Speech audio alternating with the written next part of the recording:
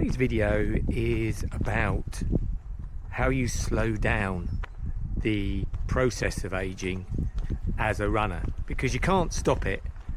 It would be lovely for me to say that you can, but you can't. Anybody that says aging doesn't make any difference is more than likely 25 or 30. When you get into your 50s and 60s, and may even be before that, then you start to appreciate aging does have an impact on your running. However, my area of focus and passion is how do you negate that as much as possible. And this is where I don't agree with a lot of runners who tend to fall into the kind of victim mentality of all my problems I've got are down to aging.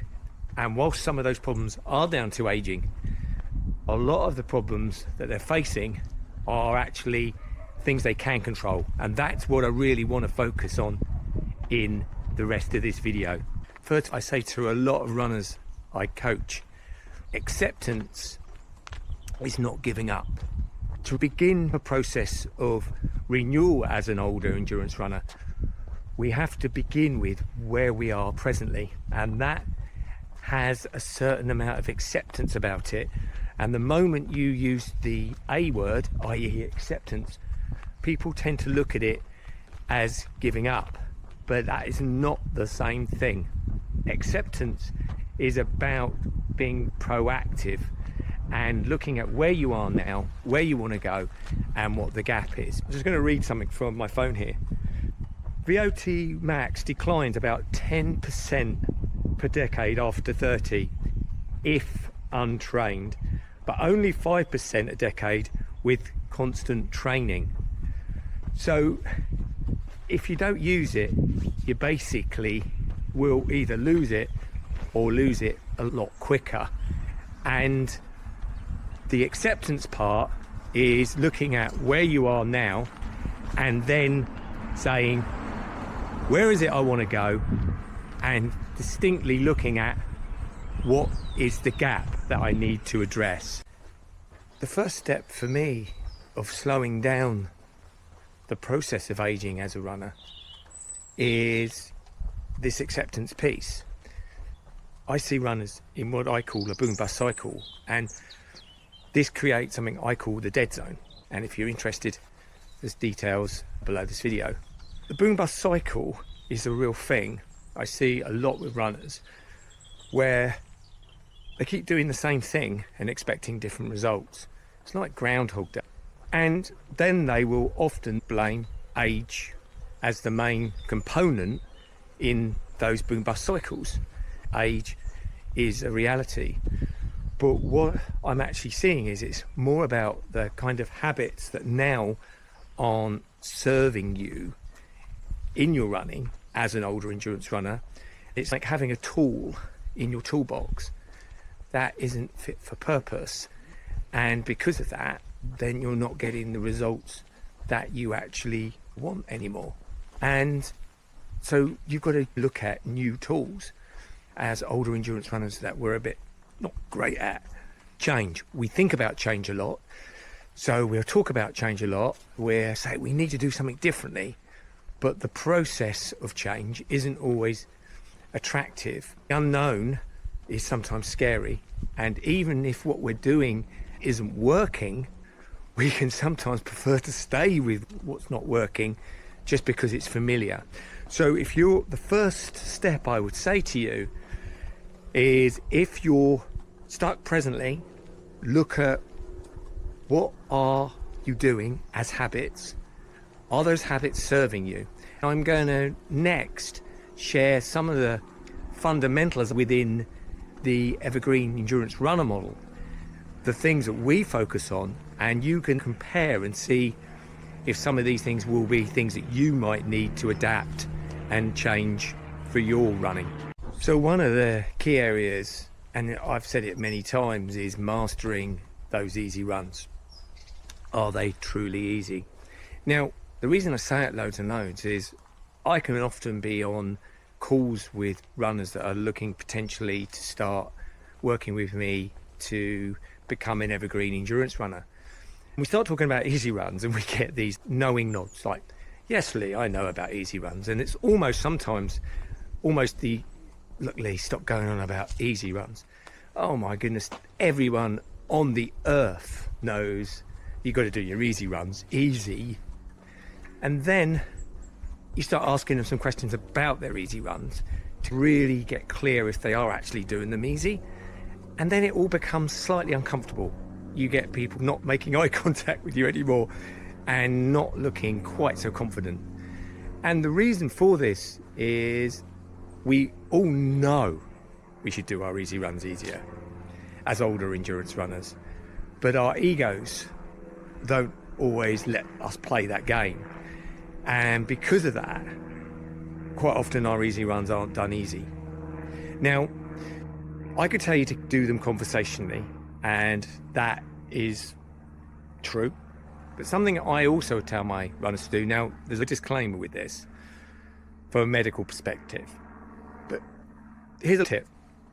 Start doing your run, and if it's meant to be easy, see if it's conversational. So count 1 to 20. 1, 2, 3, 4, 5, 6. I can easily do that now. But if I started this jumping up and down for 20 minutes, then I'd quickly get out of breath, and I couldn't do that. So I'd have to slow down. Try that. Stop for 10 seconds. Start again. And then, as long as you've got reasonably good nasal passages, close your mouth and see what pace you can run at with your mouth still closed. Now, the health and safety bit is, I don't want anybody passing out or turning blue. Breathe through your nose without your mouth open. Now, there's a lot goes on with your body the moment you do that, and it will immediately slow you down. It's interesting to know the gap between your perception of what you think is an easy run and what actually is when you close your mouth when you run. And you might find there's a distinct difference between the two. With that in mind, you might be able to plot the gap between the two, and it may not be as close as you think. And that's a good exercise to try. I was doing it recently, and I literally did that. I started out my run, just ran normally, then I ran conversationally and counted, then I stopped for 10-15 seconds, started again and closed my mouth and ran, and then checked in the pace and was checking in with the differences. But as I say, if you have problems breathing through your nose or medically you shouldn't do that, then that's my disclaimer, don't do that. But it's a good way of looking and seeing if you are truly doing your easy runs easy, because aerobically you need to be building that aerobic base up, and most older runners have a good aerobic base, but you need to keep building that. And if you're doing your easy runs too hard, then you're not doing easy aerobic runs. What you're doing is what I call quasi-tempo runs, low-level tempo runs, and then calling them easy runs. You're not getting the adaptations from the run, but what you are actually getting is more tired and more likely to get injured. This is something I outline in the book, the recent book, The Dead Zone Fix, is exactly this point, that most runners aren't doing easy runs. What they're doing is low-level tempo runs. And another area I would definitely look at as an older endurance runner, if you want to slow down the slowing down process, is your speed work. So runners being runners, they're extremists by nature. Either they go hell for leather in speed work and it breaks them and they go, see, too old to do speed work, or they don't do any at all. If you've constantly done speed work and constantly got injured, then the feedback loop is, I don't need to do speed work anymore because I'm too old. Or some people just keep bashing their head against a brick wall and keep trying to do it and then keep getting injured, and everyone blames the speed work. But we have a thing in the Evergreen Endurance Runner model called the Sustainable Speed Framework. It's basically looking at where you are now with your speed work. For yourself now, how much speed work are you actually doing? Start from that point. Things like strides are amazing, interval work, but not always doing it at the very top end of the interval. I can't go in cover every interval that we would prescribe to our runners because it depends on the runner. But if you're going to self-coach, if you are doing some speed work and it is breaking you, then look at the things that you can change. There's only 3 things that you can do as a runner. You can stay the same pace, slow down or go faster. And then the other thing within that is the duration you do that for. So you could have a tempo run, for example, and somebody could say, I have a 5-minute warm up and then I'm going to have 80 minutes, 70 minutes, 60 minutes or 40 minutes of tempo. Or you could break that 40 minutes into 3 lots of intervals with good levels of recovery in between. That becomes a completely different workout for your body because it's got more recovery. If you want to do speed, again, you can break it into smaller chunks of intervals of time. The recovery period becomes key. Something I do a lot with my runners is look at, instead of 7-day cycles of speed, sometimes it'd be 10 or 14-day cycles. So the recovery is much more. I know I'm being quite vague, but I have to be because I can't say for you specifically what's right. What I can say is speed work will still help you as an older runner. Neuromuscular speaking, if you don't use it, you lose it. So if everything is one-paced, then that's how your running becomes. So then the question becomes, as an older endurance runner, I'm reminded of my back. If I don't do exercises to strengthen my back stays weak and I'm more likely to get back problems, which I'm inclined to get. What I do to keep my back strong is too extreme, then I get back problems. The challenge with speed workout is dosage. And dosage is about looking at where you are now, where you want to go, and the journey in between. The sustainable speed framework is basically looking and going, right, okay, you haven't done much speed work recently, but so we'll perhaps start with strides, which will give you just a little bit of speed. But we might only do that once in that week, and then the next week may be reduced again or increased, but we will have a cycle over 10 to 14 days where we're also not just focusing on speed, but we're focusing on the levels of recovery that you have from those sessions as well. I think as an older endurance runner, strength training is a non-negotiable. I don't particularly love strength training, but I know that I've got to do it as an older runner. You want to remember that it's still a stressor. So even if something's good for you, too much of it is a bad thing. I've often used the analogy of my wife on chemotherapy. Chemotherapy saved her life, but too much chemotherapy would have killed her quicker than the cancer. So strength training is brilliant, but if you overdose on it, then it will injure you quicker than probably, or as quick as the running could potentially injure you. So we have something called micro strength training. I will ask a runner very early on how much strength training they're doing. If they're not doing much strength training, then, or none at all, I will start with body weight. We'll start off with hinge movement, body weight, squats and things like that, but no weight except the body. And then we can work to maybe bands at some point, and in some cases maybe free weights or machines. This isn't a competition. It doesn't mean that you have to go through all 3 stages.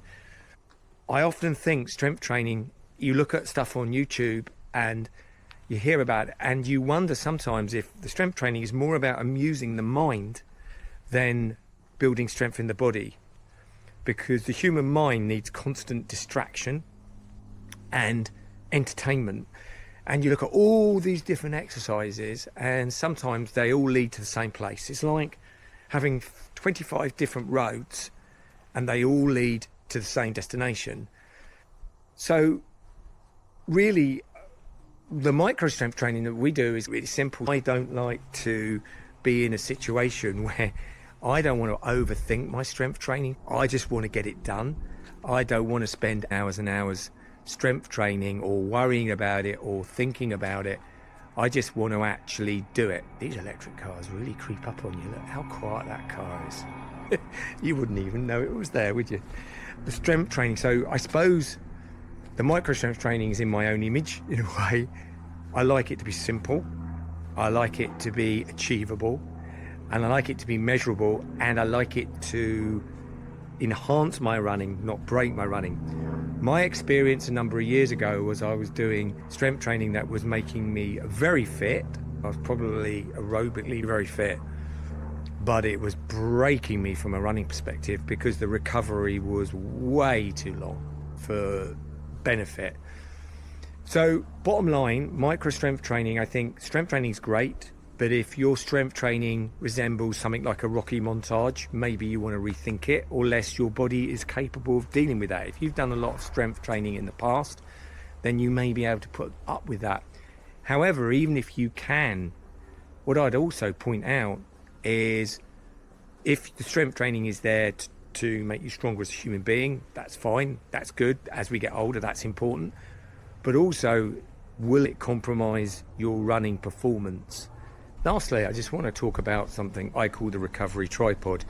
So imagine a tripod, and on top of it is your running, and you've got struts supporting that running. If you're struggling with your running, but you're doing most things right, so you're doing your easy runs easy, you've got your speed work, it's sustainable, and you've got your strength work at the right dosage, it's micro strength, so that you're able to get the best from your strength work, then you're doing all that, but you're still struggling, and you're saying, this is just because I'm old. It may be, it may not be, but I always say then start looking at your support tripod. Are you checking your sleep? Do you have a way of knowing how good your sleep is, how good your nutrition is that being tracked? What are you eating? How sedentary are you outside of running? How sedentary or not is your life? Some runners, particularly older runners, when you strip out running from their life, can be quite sedentary, and that's an important factor to take into account. And obviously we've looked at strength training and looking at things like your overall stress level. If you're struggling in other areas, that's an area to actually stop and look at and start to analyse. And it's something that we would work with our runners on. If their running's going really well, but they're still struggling, then I would be looking at the nutrition, what they're eating, what their sleep's like, how sedentary their life is outside of running. We also don't like to talk about in public too much is how much alcohol is being consumed, and if there's significant weight gain, because if you're trying to do the same thing with another 10 kilos or more on your back, so to speak, then that does have to be taken into account. And I know it's something we don't always like to talk about, but that is a factor if that is happening. So I hope you've enjoyed the video, and whilst you can probably acknowledge that no one can outrun aging, we can do things to either speed up the aging process or reduce our results, or we can do things which I've outlined in this video that can improve things. If you want more in depth on this, then I'd really encourage you to read my book, The Dead Zone Fix. It's £4.99 and there's a link below. If you want to go further and keep in touch, then join my email community. There's over 2,000 people I email every week about various tips and hints on running.